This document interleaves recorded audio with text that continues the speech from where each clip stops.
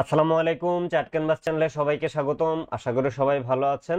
আজকের ভিডিওতে আমরা লাফার্জ হোলসিম টিকার এলএইচবি এই স্টকটার Q2 2025 অর্থাৎ জুন কোয়ার্টারের ডেটা অনুসারে এই স্টকটা ফান্ডামেন্টাল অ্যানালাইসিস করব। তো আমরা আমাদের যে হোয়াটসঅ্যাপ চ্যানেল রয়েছে সেইখানে কিন্তু একটা পোস্ট দিয়েছিলাম যে নেক্সট কোন স্টকের ফান্ডামেন্টাল অ্যানালাইসিস আপনারা দেখতে চান। এখানে আপনারা সবচেয়ে বেশি যে স্টকটাকে চুজ করেছেন সেটা ছিল এলএসবি।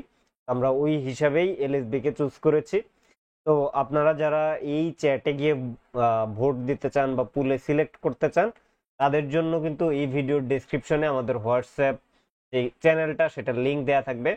সেখানে আপনারা জয়েন করে নোটিফিকেশন অন করে রাখবেন, তাহলে কিন্তু আমরা এখন থেকে আমাদের যে ফান্ডামেন্টাল অ্যানালাইসিসের ভিডিওগুলো সেইখানে পুল ক্রিয়েট করে, তো প্রায়োরিটি বেসিসে যেটা সবচেয়ে বেশি ভোট পাবে ওইভাবেই আমরা আসলে ভিডিওগুলার বা স্টকগুলার ফান্ডামেন্টাল অ্যানালাইসিস করব।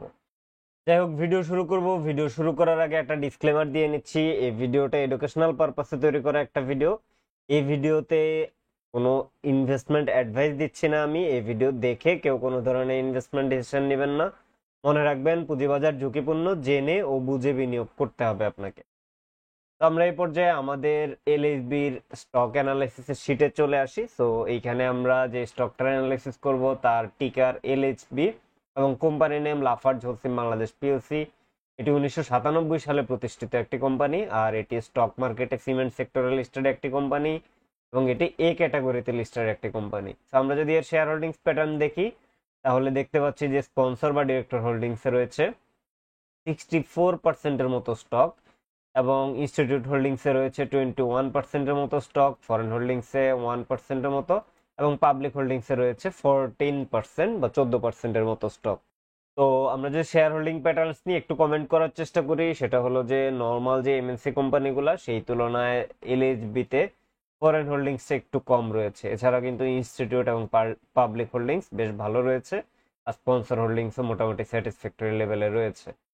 আমরা যদি এই স্টকটার ক্যাপিটাল মার্কেট মেট্রিক্স দেখি, সেই হিসাবে আমরা দেখতে পাচ্ছি যে এদের ফ্রি ফ্লোট শেয়ার রয়েছে 36.38%, আর অথরাইজড ক্যাপ 1400 কোটি টাকা, পেইড আপ ক্যাপ 1161 কোটি টাকার। দেন এদের মার্কেট ক্যাপ রয়েছে 7072 কোটি টাকার, আর টোটাল শেয়ার আউটস্ট্যান্ডিং রয়েছে 116 কোটি।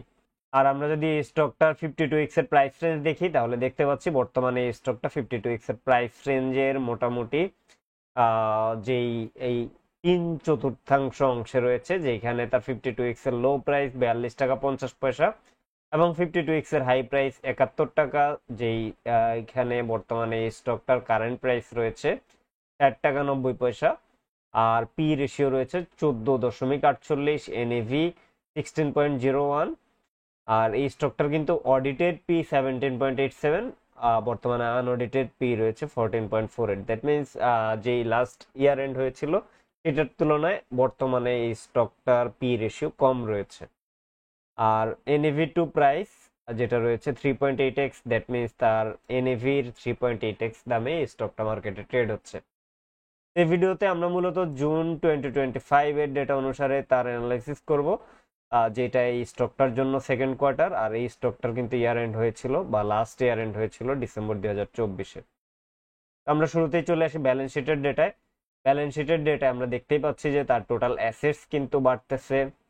তো এই স্টকটার ক্ষেত্রে আমরা দেখি যে মাঝে মধ্যে অ্যাসেটস এর লেভেলটা এক জায়গায় ফিক্সড হয়ে যায়। সো এখন ওই ফেজটা চলতেছে যে 3 বছর অ্যাসেট বাড়তেছে না। আর টোটাল লায়াবিলিটিস যদি দেখি, লায়াবিলিটিসটা একটু বেড়ে গিয়েছে। দেন টোটাল ইকুইটি, এই স্টকটার আসলে লং টার্মে ইকুইটি তেমন একটা বাড়ে নাই, তার ইকুইটিতে একটা স্লো গ্রোথ রেট দেখতে পাচ্ছি। ইকুইটি আসলে খুব একটা বাড়ে নাই, কারণ ডিসেম্বর 2016-তে ছিল 1537 কোটি টাকার ইকুইটি, বর্তমানে সেটা রয়েছে 1895 কোটি টাকা। সো ইকুইটির গ্রোথ রেটটা একটু স্লো। আর আমরা যদি তার আর্নিংস এর ডেটাতে আসি, আর্নিংস এর ডেটা আমরা শুরুতেই কোয়ার্টারলি ডেটা দেখবো। সো শুরুতেই লাস্ট যে কোয়ার্টারটা মানে Q2-র ডেটা দেখি। তো Q2-তে আগের বছরের Q2 মানে জুন 2024-এর তুলনায় তার রেভিনিউ গ্রোথ ছিল 5%-এর মতো, বাট অপারেটিং প্রফিট গ্রোথটা কিন্তু নেগেটিভ, অ্যান্ড তার নেট প্রফিট গ্রোথটা আবার পজিটিভ এসেছে। তো এই জায়গায় আমরা জাস্ট একটু দেখলাম, দেখার পরে আমরা যেটা দেখেছি, রেভিনিউ একটু পজিটিভ আসার পরেও তার কিন্তু কস্ট অফ গুডস বেড়ে গিয়েছে, যেটা আপনারা এখানে দেখতে পাচ্ছেন।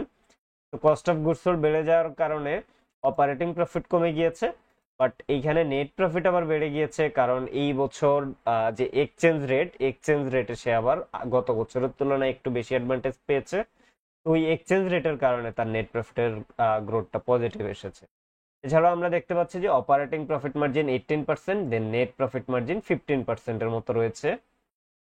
আর 6 মাসের ডেটা যদি আমরা দেখি, মানে 2 কোয়ার্টার মিলিয়ে, first quarter and second quarter, so revenue growth কিন্তু আমরা পাচ্ছি 3.90%। দ্যাট মিনস আসলে ফার্স্ট কোয়ার্টারের রেভিনিউ গ্রোথ আগের বছরের চাইতে, স্পেশালি এখানে যেহেতু 5% ছিল আর এটা যেহেতু 3.9%, দ্যাট মিনস ফার্স্ট কোয়ার্টারের রেভিনিউ গ্রোথ আগের বছরের ফার্স্ট কোয়ার্টারের তুলনায় একটু স্লো ছিল।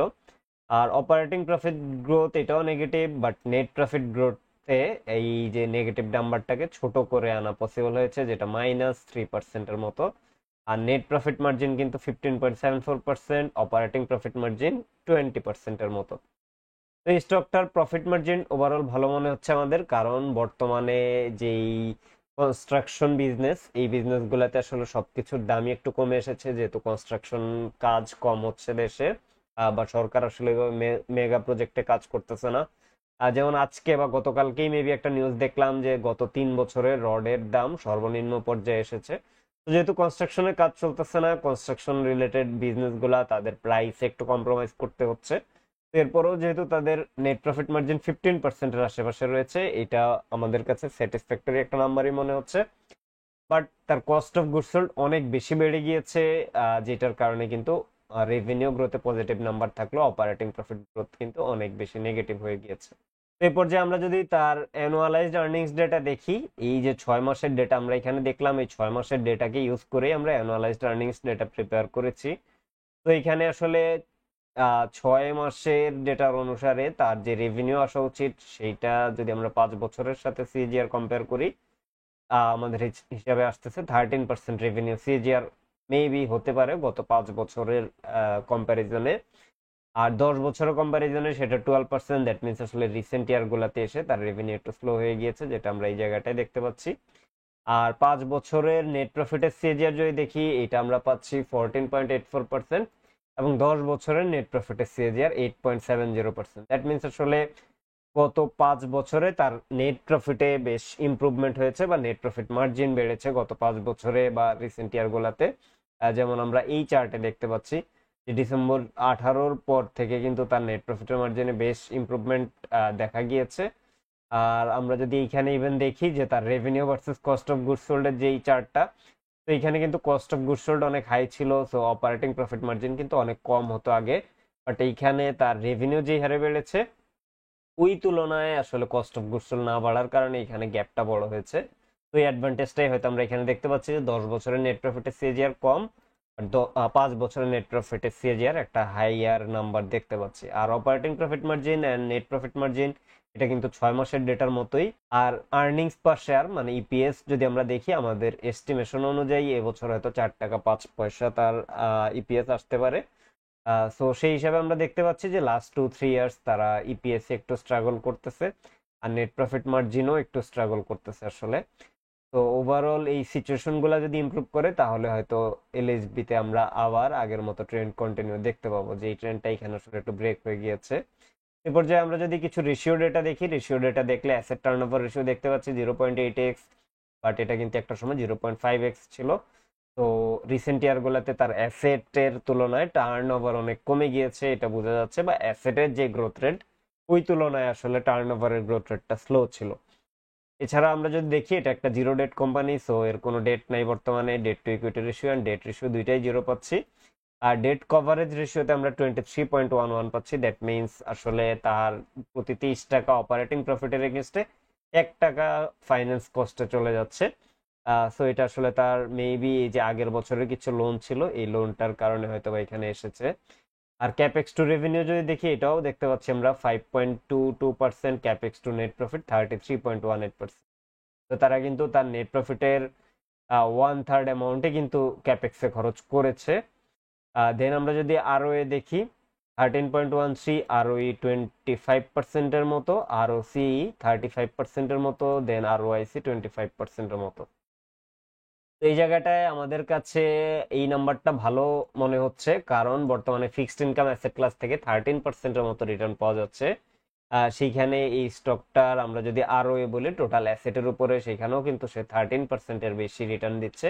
তবে হ্যাঁ, বর্তমানে ফিক্সড ইনকাম অ্যাসেট ক্লাসে কিন্তু আর 13% নাই, কারণ গত মাসে ট্রেজারি বন্ডের যে অপশনটা হয়েছে সেইখানে কিন্তু 20 ইয়ার্স ট্রেজারি বন্ডের ইল্ড 10.55%-এ চলে এসেছে। তো ওভারঅল কিন্তু তার রিটার্ন মেট্রিক্স গুলো আমাদের কাছে বেশ ভালো মনে হচ্ছে। আর আরওইর ব্যাপারটা যদি দেখি, ডিসেম্বর 2017-এর দিকে কিন্তু আরওই ছিল 5.27, অনেক কম ছিল। এখানে তারা একটা সিগনিফিকেন্ট ইমপ্রুভমেন্ট করেছে, বাট লাস্ট 2-3 ইয়ার্স এই ইমপ্রুভমেন্টটা একটু স্লো হয়ে গিয়েছে। তো আমরা আশা করব এই ইমপ্রুভমেন্টটা আবার কন্টিনিউ করবে। আমরা যদি এ পর্যায়ে তাদের ক্যাশ ফ্লো অ্যানালিসিস বা ক্যাশ ফ্লো ডেটা দেখি, এখানে জুন 2025 পর্যন্ত তার ফ্রি ক্যাশ ফ্লো এসেছে 112 কোটি টাকা। আর এই জায়গাটায় আমরা দেখলাম যে dividend pay out ratio last ইয়ারে তারা 93% dividend pay out ratio maintain করেছে, but free cash flow pay out ratio এটা কিন্তু অলমোস্ট 200%-এর মতো।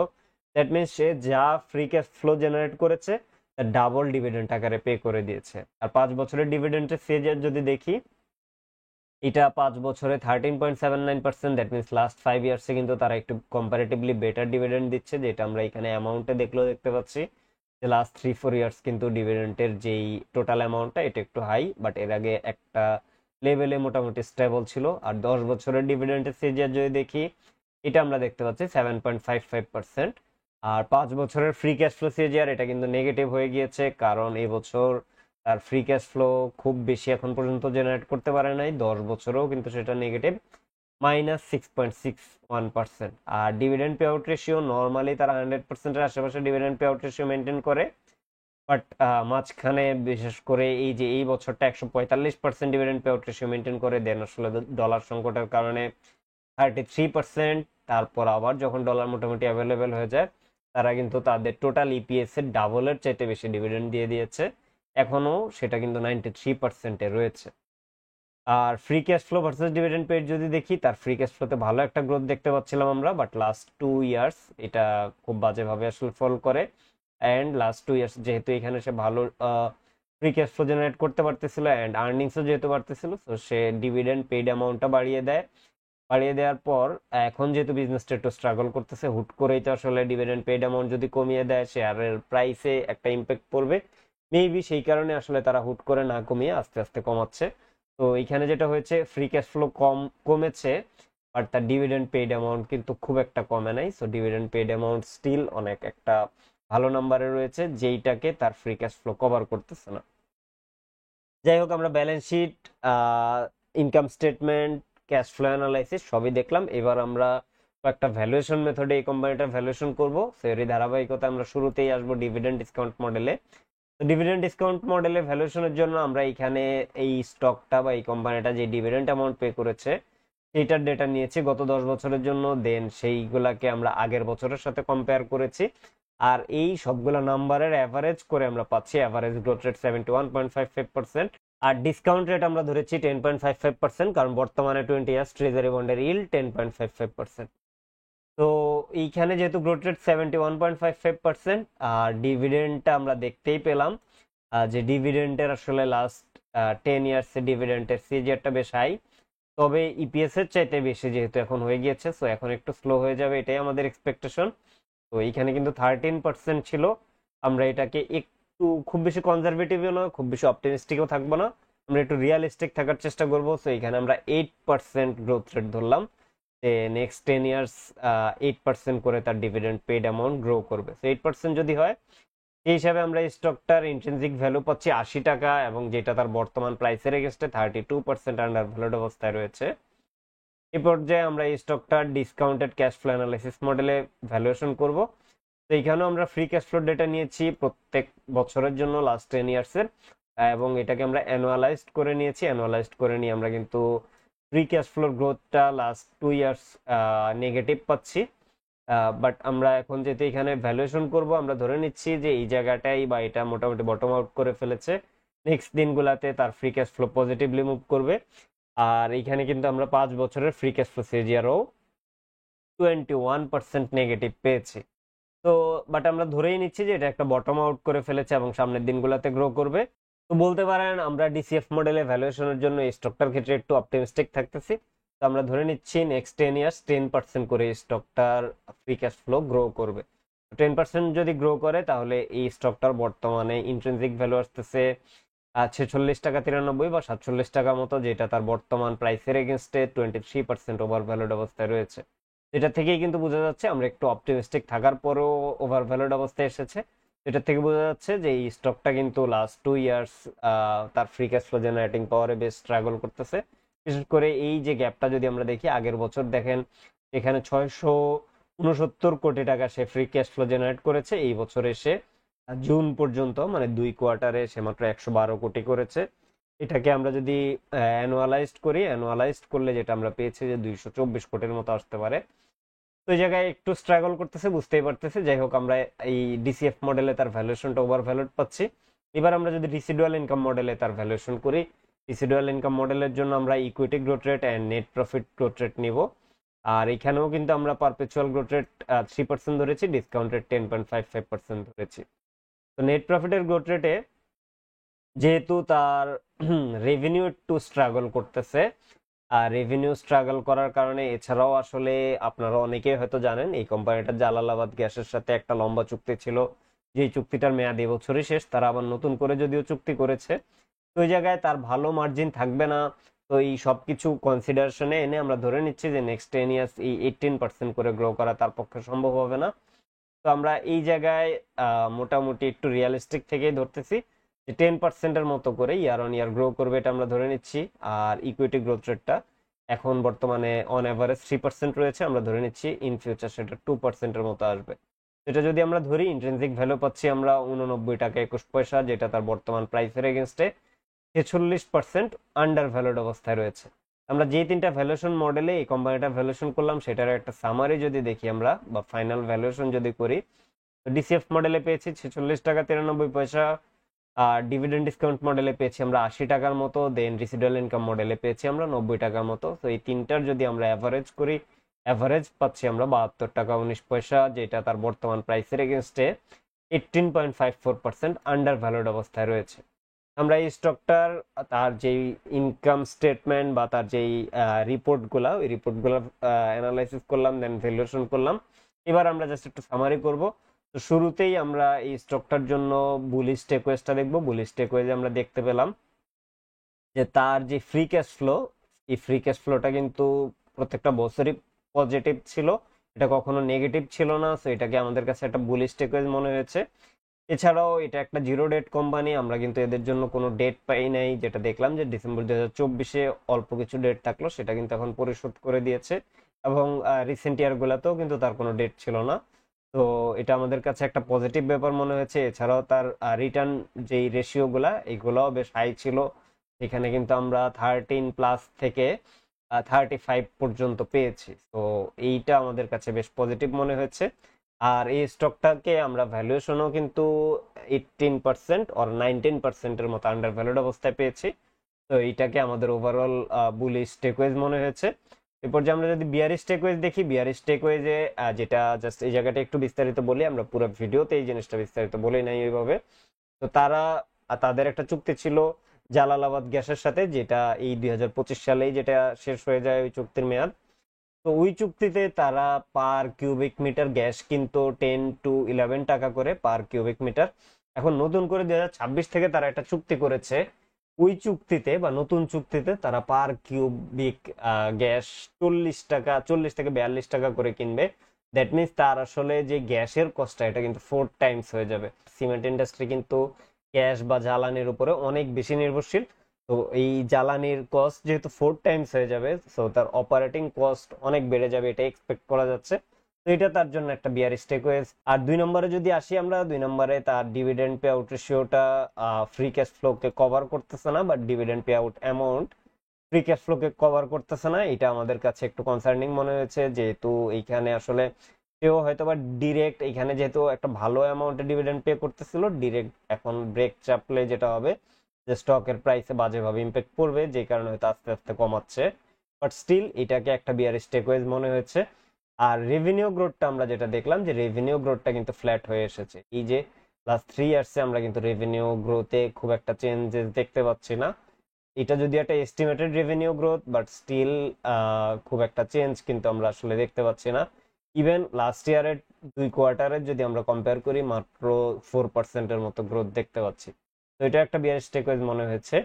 আর আরেকটা যেটা আমাদের কাছে বিয়ারিশ মনে হয়েছে, যে সিমেন্ট সেক্টরে কিন্তু বর্তমানে একটু আমাদের কাছে মনে হয়েছে যে একটু ওভার ক্যাপাসিটিতে রান করতেছে সিমেন্ট সেক্টরটা। কারণ এইখানে যেই পরিমাণ ডিমান্ড এখন রয়েছে, এর চাইতে কিন্তু সিমেন্ট কোম্পানি বা সিমেন্টের সাপ্লাই অনেক বেশি রয়েছে। তো এইখানে হয়তো প্রাইসিং এ তাকে কিছুটা কম্প্রোমাইজ করতে হবে, কারণ তার কম্পিটিটররা কিন্তু প্রাইস হয়তো অলরেডি কমানো শুরু করেছে। যেটা ভিডিওর মাঝখানে একবার বললাম, রডের দাম কিন্তু অলরেডি গত 3 বছরে লোয়েস্ট লেভেলে চলে এসেছে। সিমেন্টও মেবি সেম বা কাছাকাছি একটা ব্যাপার। তো এইখানে তার কম্পিটিটররা যদি প্রাইস কমিয়ে দেয়, এই কোম্পানিটা একটু ডিসঅ্যাডভান্টেজ হবে, এটাই স্বাভাবিক।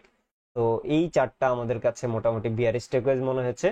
এই ভিডিওতে আমরা এই স্টকটা টেকনিক্যাল অ্যানালাইসিস করতে চেয়েছিলাম, বাট আমরা চিন্তা করলাম আসলে টেকনিক্যাল অ্যানালাইসিস আলাদা রাখাই ভালো। সো আপনারা যদি চান যে এই স্টকটা টেকনিক্যাল অ্যানালাইসিসও আমরা করি, তাহলে অবশ্যই কমেন্টে জানাবেন যে এই স্টকটা টেকনিক্যাল অ্যানালাইসিস আমরা করব কিনা।